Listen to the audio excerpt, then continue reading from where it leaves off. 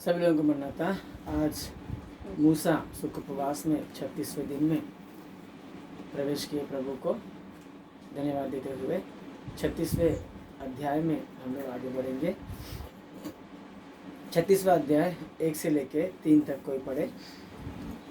Bezalel और अहोलियाब और सब बुद्धिमान जिनको यहोवा ने ऐसी बुद्धि और समझ दी हो कि वे यहोवा की सारी आज्ञाओं के अनुसार पवित्रस्थान की सेवा के लिए सब प्रकार का काम करना जाने, वे सब यह काम करें। तब मूसा ने बसलेल और अहोलियाब और सब बुद्धिमानों को जिनके हृदय में यहोवा ने बुद्धि का प्रकाश दिया था, अर्थात जिस जिसके पास आकर काम करने का उत्साह हुआ था, उन सबों को बुलवाया। और इस्राएली जो भेंट पवित्रस्थान की यहोवा किस काम और उसके बनाने के लिए ले आए थे, उन्हें उन पुरुषों ने मूसा के हाथ से ले लिए। तब भी लोग प्रति भोर को उसके पास भेंट अपनी इच्छा से ले आते रहे। आमीन। प्रार्थना करेंगे। तारे प्रभु जी, मैं धन्यवाद करता हूँ पिता इस समय के लिए। प्रभु तूने मिल दिया। प्रभु तेरे वचन के अनुसार मुझ निर्बोधि निर्ज्ञानी को प्रभु अपने लहू से शुद्ध कर तेरी आत्मा मुझ में समा कर तेरे बच्चों से प्रभु जी बातें कर। छोटी सी प्रार्थना प्रभु यीशु मसीह के महान नाम से मैं मांगता हूँ, कबूल कर। आमीन। पिता पुत्र पवित्र आत्मा तेरे प्रभु की आशीष तुम पर, तुम्हारे परिवार, तुम्हारे काम काज पर सदा सर्वदा बनता रहे। आमीन। प्रभु की महान कृपा से 36वें दिन में हमने प्रवेश किया है। और आज के दिन जो है, कल के दिन प्रभु ने बोला था कि जिनके मन में मूसा ने लोगों को बोला था, कल के दिन भेंट देने के पहले एक चेतावनी मूसा ने दी थी।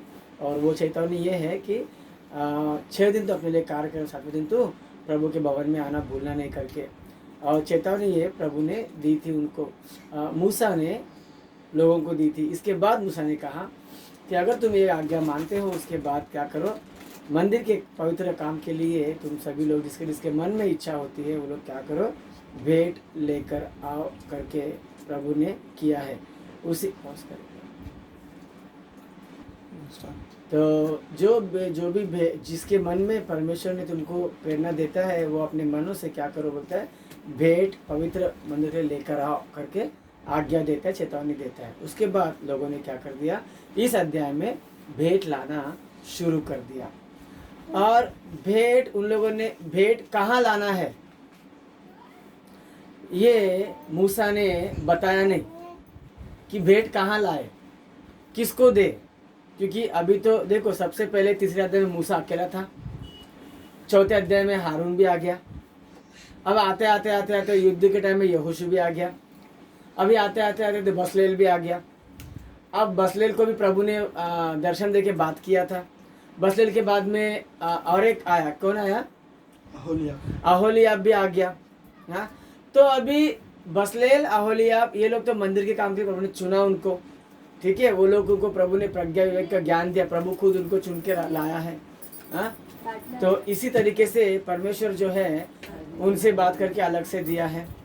तो मुझे एक बात बोलो कि लोग भेंट मंदिर के लिए ला रहे हैं, और मंदिर के काम के लिए बसलेल अहोलिबाम इन लोगों को प्रभु ने चुना। और इतना ही नहीं, जब मूसा सभी लोग का न्याय करता था, तब उसके ससुर जी जब इत्रो आए थे, उनके सुझाव के जरिए उन लोगों ने हजार लोगों को, एक न्यायी को करने वाले को, और 100 लोगों को एक, 50 को एक, और 10 को एक, ऐसे 4 लोगों को नियुक्त भी किया था न्याय करने वालों को। तो ये भी पूर्णिया है इस्राएलियों के। तो अभी किसको भेंट दे, तो भेंट केवल और केवल मूसा के पास ही लाए गए थे। इस अध्याय में आप अगर ध्यान करेंगे, पढ़ेंगे, तो ऐसे लिखा है कि भेंट जो है केवल और केवल मूसा के पास ही लाना चाहिए। तो केवल और केवल मूसा के पास ही भेंट ला कर दिया लोगों ने। तो भेंट जो है केवल और केवल मूसा के पास लेके आए थे, और मूसा के पास से बसलेल अहोलिबाम लेके जाके पवित्र मंदिर की स्थान करते थे, काम करते थे। सबसे पहली बात, आज के वचन में ध्यान करने से पहले सबसे पहला ही एक बात हम लोग मुख्य बात को ध्यान करेंगे। पहला वचन पढ़ो इसका। बसलेल और अहोलियाब और सब बुद्धिमान जिनको यहोवा ने ऐसी बुद्धि और समझ दी हो कि वे यहोवा की सारी आज्ञाओं के अनुसार पवित्र स्थान की सेवा के लिए सब प्रकार का काम करना जाने, वे सब यह काम करें। बस यहाँ पर प्रभु ने बताया कि सब प्रकार का काम, कोई भी प्रकार में ये नहीं बोल लो कि ये मुझे नहीं आता है, कि ये मैं नहीं कर सकता हूं। सब प्रकार का काम करना चाहिए। ये इस अध्याय का सबसे पहला बात है, पहले वचन में ही है और ये पहला बात ही है। कलीसिया में जो भी लोग हैं वे लोग पवित्र मंदिर के काम के लिए या मंदिर में होने वाले पर्व के लिए या फिर प्रभु की आज्ञा के अनुसार जो भी काम करना होगा, सब प्रकार का काम, ये काम प्रभु ने खास करके लिखा के दिया है। कि ऐसा नहीं कि थोड़े काम के लिए बसलेल को, थोड़े काम के लिए ओहोलीयाब को, सब चुना हुआ जो भी है वो सब प्रकार का काम करना ही चाहिए। पहले मूसा को प्रभु चुनकर तीसरे अध्याय में दर्शन दिया झाड़ियों में, आग में, और उसको ये नहीं बोला कि तेरे को आगे आगे चलते हुए तेरे को न्याय करना पड़ेगा, लोग झगड़े करेंगे, तुझे उनका झगड़ा सुलझाना पड़ेगा, उलझन आएंगे, ये नहीं बोला था। प्रभु ने केवल एक ही बात बोला उनको, मेरे लोग जो फंसे उनको लेके चलने का है, बस इतना ही बोला था। तो इसका मतलब मूसा ने ये नहीं बोला चलते चलते कि प्रभु तू तो बोला फिर लेके चलने का है करके, अभी तो युद्ध भी आ रहा है, अभी तो पहाड़ पे दिन भर प्रार्थना भी करना पड़ता है, भोर से लेके सांझ तक हाथ ऊपर उठा के, और अभी लोग तो लड़ भी रहे हैं, इसका उपाय कर तू। देखो पानी नहीं आया, पानी का उपाय मांगा, खाना नहीं मिला, खाना का उपाय मांगा मूसा ने, समुद्र आया, समुद्र का मार्ग के लिए उपाय मांगा, दुश्मन आए, दुश्मन के लिए उपाय मांगा, युद्ध हुआ, युद्ध के लिए सहायता मांगा, लेकिन लोग लड़ रहे प्रभु ऐसा कुछ कर कि लोग लड़ना नहीं चाहिए, ऐसा मूसा ने उपाय नहीं मांगा। उसने क्या किया, उस विषय का सामना किया।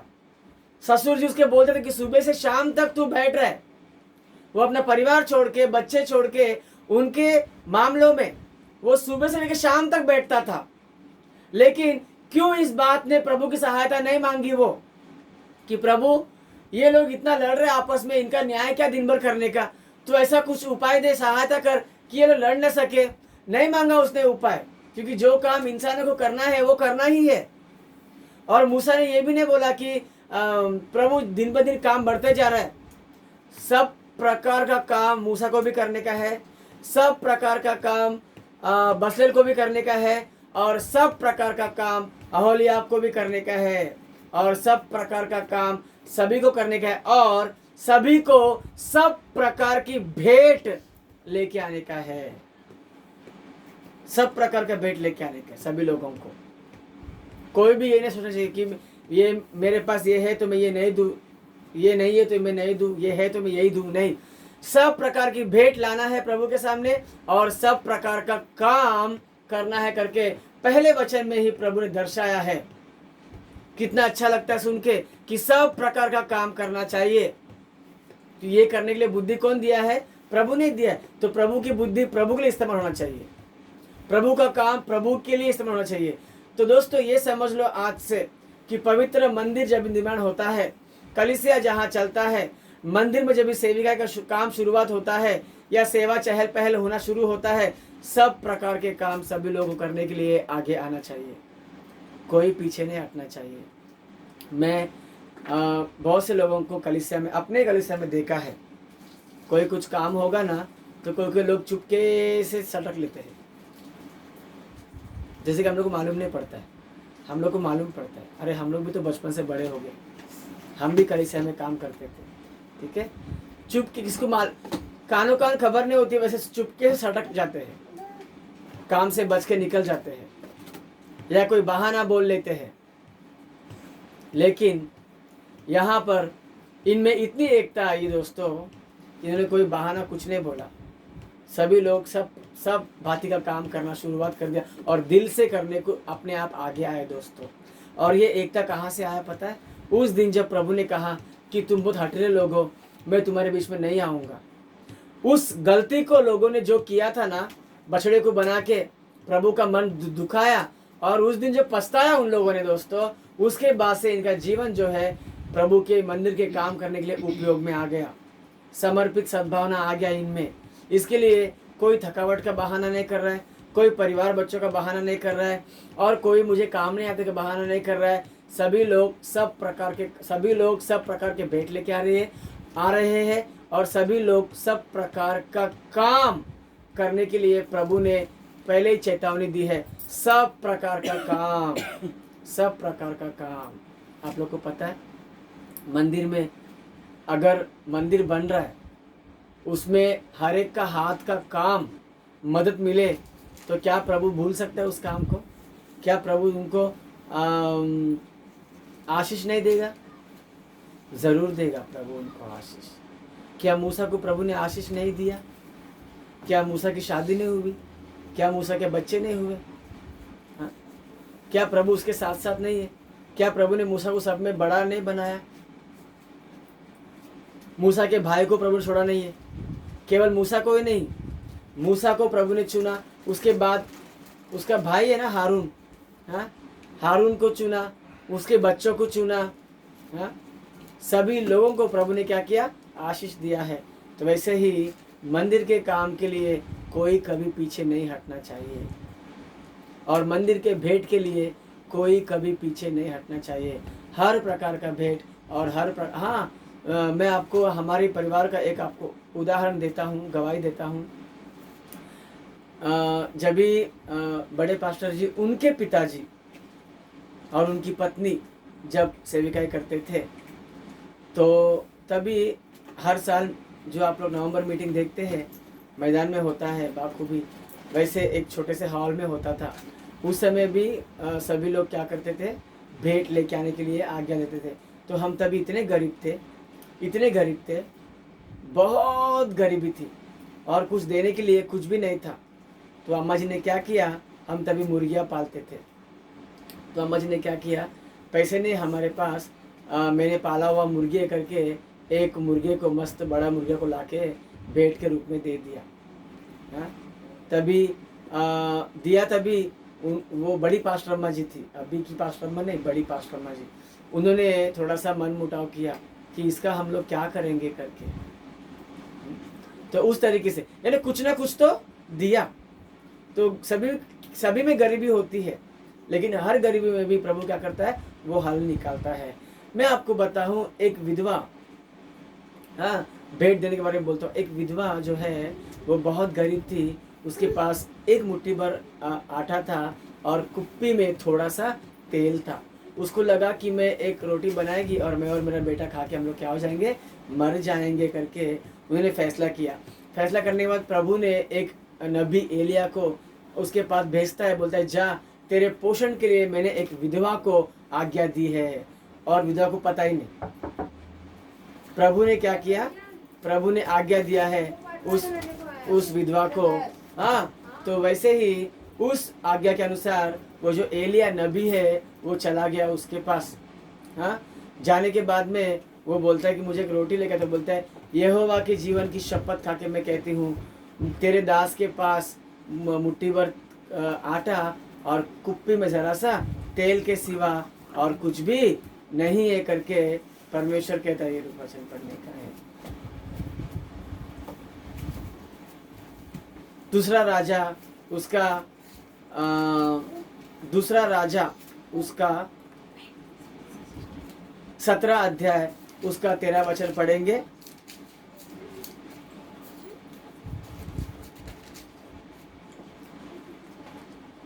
तो भी यहोवा ने सब भविष्यवक्ताओं को और सब दर्शियों के द्वारा इज़राइल और यहूदा को यह कहकर चिताया था, अपनी बुरी चाल छोड़कर नहीं, मुझे माफ करना। पहला राजा उसका 17 अध्याय उसका 13 वचन पढ़ेंगे। पहला राजा उसका 17 अध्याय उसका 13 वचन। एलिया ने उससे कहा, मत डर, जाकर अपनी बात के अनुसार कर, परंतु पहले एलिया ने उससे कहा, मत डर, जाकर अपनी बात के अनुसार कर, परंतु पहले मेरे लिए एक छोटी सी रोटी बनाकर मेरे पास ले आना। फिर उसके बाद अपने बेटे के लिए बनाना। दोस्तों, ये बहुत कसौटी की घड़ी थी उसके जिंदगी में। ऐसी कसौटी की घड़ी थी दोस्तों, कि परमेश्वर जो है उसकी इस तरीके से योजना है उसको नहीं मालूम था। अब उसने बताया कि पहले मेरे लिए बना के लेके आना। तो उसने क्या की पता है क्या? उसने बना के लाई। अपना पेट, अपना खुद का ही नहीं, अपना बेटे का भी पेट काट के उसने क्या किया दोस्तों? उसके लिए रोटी बना के लाया। और लाने के बाद में उसको ऐसी आशीष मिली, ऐसी आशीष मिली, हाँ, कि वो लोग बहुत साल तक, हाँ, वो आटे में का ख़त्म नहीं हुआ और वो तेल ख़त्म नहीं हुआ, वो घड़े में का आटा कभी ख़त्म नहीं हुआ और कुप्पी का तेल भी कभी ख़त्म नहीं हुआ। वो लोग खाते रहे। अगर ये लोग प्रभु की, नबी की बात नहीं मानते थे तो सच में उस विधवा के इच्छा के अनुसार एक रोटी बना के वो लोग क्या क्या होते थे? मरते ही थे। क्योंकि मरते समय में जिंदगी, परिवार, मरते मरते वक्त भी अगर तुम्हें कुछ काम करना पड़े तो एक ही काम है, प्रभु की बात मानना, प्रभु के नबी की बात मानना, कलीसिया में पासवान की बात मानना। देखो, जीना मरना हर एक को है, मरना कोई बड़ी बात नहीं है, थोड़े दिन का दुख है। जब तक हम जिंदा है हमें प्रभु की बात माननी चाहिए और मरते समय में भी, मरते दम तक भी हमें प्रभु की ही बात माननी है। ये इस कहानी से हमें सीख मिलती है। वैसे ही ये लोग अभी, इस्राएली लोग अभी पहुंचे नहीं कनान देश में। कनान देश परलोक को दर्शाता है, अभी पहुंचे नहीं है दोस्तों वे लोग। तो वे लोग क्या कर रहे हैं? भेंट देना। तुम्हारे पास है नहीं, वो बात की बात, तुम दे दो, क्योंकि यहोवा तुम्हारे लिए सुबह शाम मन्ना बरसाता है, यहोवा तुमको मुफ्त का पानी देता है, यहोवा तुमको मुफ्त का रास्ता बता के लेके चलता है, यहोवा तुमको मुफ्त में दुश्मनों से बचाता है, यहोवा तुमको मुफ्त में ही युद्ध में विजय दिलाता है, यहोवा तुम्हारे साथ मुफ्त में ही चल रहा है, सुबह शाम वो भी चल रहा है, परंतु उसकी बात मानो। तो वैसे ही हर परिवार में यहोवा परमेश्वर चलना चाहिए और यीशु मसीह सबके परिवार में होना चाहिए और वो लोग जो है उसकी बात मानना चाहिए। वैसे ही अब्राहम के बारे में भी आपको बता दूं। एक अब्राहम जो है, देखो, इस विधवा को ने, अभी के विधवा को नहीं पता था कि इसको रोटी देने के बाद में पूरा आटा आने वाला, मिलने वाला है। देखो, जिसको अगर मिलेगा करके मालूम पड़ेगा तो कोई भी देगा, हाँ? जिसके पास बहुत है वो कोई भी कुछ ना कुछ दे देगा, लेकिन जिसके पास कुछ भी नहीं है उसका देना प्रभु देखता है, यीशु मसीह देखता है। मैं आपको बता दूं, जब यीशु मसीह एक जगह बैठता है सत्संग के लिए तो सभा होने के बाद सब लोग दान पेटी में दान डालते हैं। तो लिखा है कि सभी लोगों ने अपने में से जो कुछ बहुत था उसमें से कुछ निकाल के दिया, लेकिन तभी यीशु ने कुछ भी नहीं बोला। ऐसे लिखा है कि यीशु सबका देख रहा था क्या डाल रहा करके। फिर एक कंगाल विधवा आई और उसने 2 दमड़ी डाली, उसके पास उतना ही था, उसने क्या किया? सब कुछ डाल दी। 2 दमड़ी बहुत कम है, लेकिन उसके पास उतना ही था, वो सब कुछ डाल दी। तो यीशु बोलता है सबसे अधिक दान ये कंगाल विधवा ने दिया है करके, क्योंकि सभी लोग के पास बहुत था, बहुत में से कुछ निकाल के दिया, लेकिन विधवा ने क्या किया? अपना पूरा दे दिया प्रभु को। तो वैसे ही यीशु मसीह ने भी अपना सब कुछ दे दिया। वो खाली हो गया, वो लहू से खाली हो गया, वो पानी से खाली हो गया, वो शरीर से खाली हो गया, वो सुंदरता से खाली हो गया, वो आत्मा से खाली हो गया, क्योंकि मर गया, आत्मा अलग हो गया, वो सभी तरीके से खाली हो गया, कुछ भी नहीं बचा उसके पास। तो हम भी सभी तरीके से खाली होकर जब प्रभु को देंगे तो प्रभु तुरंत तुम्हारी रक्षा करेगा। और उसके बाद मैं आपको याद दिला दूं अब्राहम के बारे में भी। जब अब्राहम को बच्चे नहीं थे तब प्रभु बोलता है आसमान के तारे को गिन, उतने बच्चे मैं तेको दूंगा, जमीन के रेती को गिन, उतने सारे बच्चे मैं तेको दूंगा, कि तू रेती भी गिन नहीं पाएगा रेती को। और वैसे ही प्रभु बोलता है कि तू जो है आसमान के तारे गिन, तू गिन नहीं पाएगा, इतने बच्चे मैं तेको दूंगा करके बोला। कब बोला? जब उसको बच्चे नहीं थे। और जब एक बच्चा हुआ जो बोल रहा था कि तुझे आसमान के तारों से भी अधिक बच्चे दूंगा, उस एक बच्चे को भी क्या किया? प्रभु बोलते मांग लिया, बलि दे दे उसका। अब्राहम को नहीं पता कि मुझे ये दोबारा मिलने वाला है करके, फिर भी प्रभु का बात सुना और गया। ये भी कसौटी है अब्राहम के लिए दोस्तों, कसौटी है, जिंदगी में परीक्षा है दोस्तों। खुद के बेटे को हाँ ये कर देना कसौटी है दोस्तों। तो वैसे ही परमेश्वर की बात सुन के वो गया अपने बेटे को, पहले उसने दिमाग में बलि दे दिया। अब्राहम क्या क्या पता है, पहले अपने बेटे को दिमाग में बलि दे दिया, यानी दिमाग में सोच लिया कि मैं इसको समर्पित कर दूंगा। दिमाग से बलि दिया, फिर दिल से भी बलि दिया। दिल में सोच लिया कि मैं इसको बलि दूंगा, फैसला कर लिया। तो अब्राहम ने अपने बेटे की बलि दिमाग से दे दी पहला, और दिल से दे दी पहला, और फैसला कर लिया कि मैं दे दूंगा, और निकल पड़ा। इसहाक की बलि के पहले वो पहले ही दो प्रकार की बलि दे दिया अपने बेटे के बारे में, कुर्बानी दे दिया दिमाग से और दिल से। इसीलिए उसका यात्रा जो है आसानी से कटा बलि के लिए। और जब वो बलि दे रहा था तीसरी बार, तब प्रभु उसको आवाज़ दिया, बलि मत दे, और अपने बेटे को खुशी खुशी लेके गया। और उसके बाद ही उसको, इसहाक के बाद ही उसको बेशुमार संतान हो गया, और वही संतान आज कनान को लेके जा रहे परमेश्वर उसको। क्यों? अब्राहम का परमेश्वर, इसहाक का परमेश्वर, याकूब का परमेश्वर, 3 पीढ़ी को प्रभु अपना नाम उस 3 पीढ़ी में जोड़ के प्रभु लेके गया। हाँ, क्यों? क्योंकि अब्राहम ने क्या बलि के लिए आगे पीछे नहीं हटा, वो प्रभु को याद है। अब्राहम का पहला बेटा इसहाक, इसी को मैंने बलि मांगा, और इसी को वो बलि देने के लिए राजी हो गया, और दिल दिमाग में पहले बलि दे दिया, और पहाड़ पे लेकर आया करके इसहाक भी उसको याद है। उसी अब्राहम के जरिए याकूब भी उसको याद है दोस्तों। तो हम ऐसी कठिन कठिन कसौटी में उतरेंगे, और वो भी पाप करके नहीं, स्वच्छ मन से, पवित्रता से। जब तुम प्रभु के लिए बलि के लिए आगे दोगे, तो प्रभु तुम्हारे भी साथ प्रभु का नाम जोड़ेगा। अगर तुम इधर एक हाथ से पाप करते बैठोगे और एक हाथ से बलि दोगे, ये नहीं प्रभु को अच्छा लगता है। इसीलिए तुम अच्छाई में चलो और भेंट बलि भी दो, तो प्रभु तुम्हें देखेगा। अगर अब्राहम पाप करते हुए बलि के लिए आगे बढ़ता, तो उसकी बलि को बोल के प्रभु नहीं मानता था। तुम मैले हो गए हो ना, तुम्हारा भेंट का क्या है?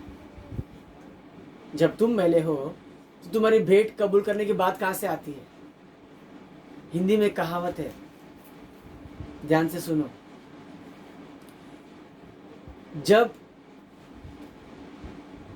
जब कुएं का पानी ही गंदा हो, तो घड़े का जात को क्या देखना, ऐसी कहावत है। जब कुएं का पानी ही गंदा हो, तो घड़े की जात से मतलब क्या है?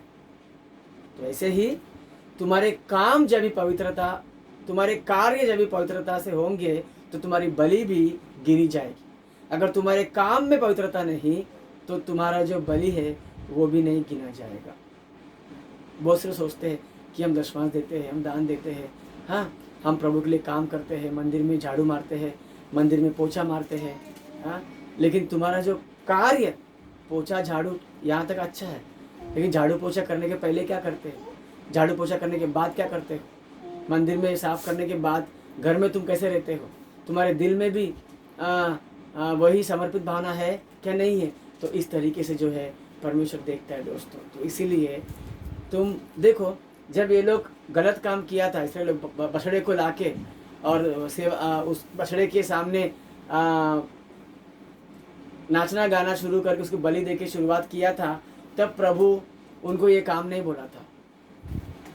जब वो लोग उससे जब निकल गए, पछताए, उसके बाद प्रभु ने ये काम बोला उनको। तो इससे आप समझ लो कि भेंट जो है वो भेंट देने वाले का नियत भी देखता है प्रभु। जिस हाथ से आप लोग भेंट देते हो, उसकी नियत भी प्रभु देखता है। तुम्हारी नियत में खोट है अगर, तो तुम्हारा भेंट का क्या संबंध? ये तो प्रभु पर निर्भर है कि प्रभु क्या न्याय करेगा तुम्हारे भेंट का। तो उसी प्रकार से अब्राहम को भी नहीं पता था कि उसका बेटा जो है वापस से मिलेगा, क्योंकि उसने विश्वास किया। आसमान के तारे जितना संतान होने के पहले ही अब्राहम ने विश्वास किया। अब मुझे बोलो 10,000 बच्चे अब्राहम को होते थे, उसके बाद प्रभु बोलता कि एक बेटा मेरे को दे दे, तो आसानी से दे पाता था अब्राहम। ठीक है, ले ले। ये कसौटी नहीं है। कसौटी वो है जब तुम्हारे पास बच्चे ही नहीं है, इकलौता बच्चा है, उसी को दे दो। जब तुम्हारे पास है ही नहीं, पगार तनख्वाह कम आया और खर्चे बहुत है, उस वक्त दशमांश निकालो। ये कसौटी है, ये कसौटी है। जब बहुत पगार आया और कर्जा भी नहीं है, तभी दशमांश देने में कोई कसौटी की बात नहीं है। कसौटी में उतरना चाहिए। समझो 9 लोग का कर्जा है और पगार कम आया है, कुछ ना कुछ तो 9 लोग को एडजस्टमेंट करना पड़ेगा ना, दशमांश निकालने का है। ये बंद कर देते हैं, अरे 9 कर्जे में ये एक कर्जदार सही, उसको भी दे दो। तो इस एक को देने से उस 9 को प्रभु संभालेगा नहीं, संभालेगा प्रभु संभालेगा। ये विश्वास तुमको होना चाहिए। हर तंगी में भी, हर नुकसान में भी प्रभु को देना चाहिए। और प्लस प्रभु को देते वक्त आपका जो रवैया है, आपका जो आपकी जो सोच है, आपकी जो नीयत है, आपके जो काम है, पवित्रता में होना चाहिए। आप पवित्रता से के हाथों से प्रभु को देंगे, आप पवित्र प्रभु को पसंद नहीं है, पसंद नहीं है। इसके लिए पिछले अध्याय में लोगों ने बछड़ा बना के उसकी दंडवत की थी, तब प्रभु उनको कोई काम नहीं दिया भेंट का। उससे शुद्ध होने के बाद ही प्रभु ने क्या किया, भेंट का काम दिया। तो आप लोग प्रभु को भेंट देते हो, पहले आप शुद्ध हो जाओ, पछताओ। ये लोगों ने त्याग दिया सोने को, त्याग दिया सोने को। उस तरीके से आप भी पाप को त्याग दो। उसके बाद प्रभु तुम्हारी भेंट को भेंट दे करके आज्ञा देगा, और प्रभु क्या करेगा, भेंट ग्रहण भी करेगा, और उस भेंट से एक मंदिर निर्माण होगा तुम्हारे शरीर में, तुम्हारे जहन में। और मंदिर में आशीर्वाद के सिवा कुछ नहीं मिलता है, मंदिर में बरकत के सिवा कुछ नहीं मिलता है, मंदिर में शांति के सिवा कुछ नहीं मिलता है, मंदिर में मन्नतें पूरी होने के सिवा कुछ नहीं मिलता है। तो वो मंदिर तुम्हारे अंदर, तुम्हारे भीतर निर्माण होना चाहिए दोस्तों। उसके लिए सबसे पहले आपके काम जो है वो सीधे होने चाहिए, आपका रवैया सीधा होना चाहिए। उसके बाद तुम प्रभु को भेंट दो तो प्रभु स्वीकार करेगा। और भेंट उन्होंने तब तक दिया जब तक मूसा ने बोला कि आप भेंट को रोक दो, तब तक भेंट दिया, क्योंकि उनका मन साफ हो गया ना उस दिन से। जो बछड़े के से जो पाप हो गया था, उस पछतावे से, वो पाप को त्यागने से, वो सोने को त्यागने से उनका मन सीधा हो गया। वो सीधे मन से दे रही है। इसके लिए रुको बोल के देने तक दे रहे थे वो लोग। तो अपना मन सीधा करो और प्रभु को देने में आगे पीछे नहीं सोचना चाहिए, तब प्रभु तुम्हें कहीं भी फंसाएगा नहीं और आगे आगे लेके चलेगा। ऐसी स्थिति अब्राहम, इसहाक और याकूब के पीछे जो नाम जोड़ा प्रभु, तुम्हारे परिवार, तुम्हारे गोत्र के साथ में भी अपना नाम जोड़कर सदा तुम्हारे साथ निवास कर तुम्हारे घर में रहकर, तुम्हारी सुधि लेकर तुम्हें सदा सर्वदा अच्छाई में और आशीष में, बरकत में चलाता रहे। आमीन। प्यारे प्रभु जी, जो वचन तूने गोया पिता 100 गुना फलबन करना सुनने में, यीशु के महान नाम से मैं मांग कर सुन कबूल कर। आमीन। अंतिम प्रार्थना करेंगे। ए प्रार्थना जी, पास्टर मजी अंतिम प्रार्थना करेंगे।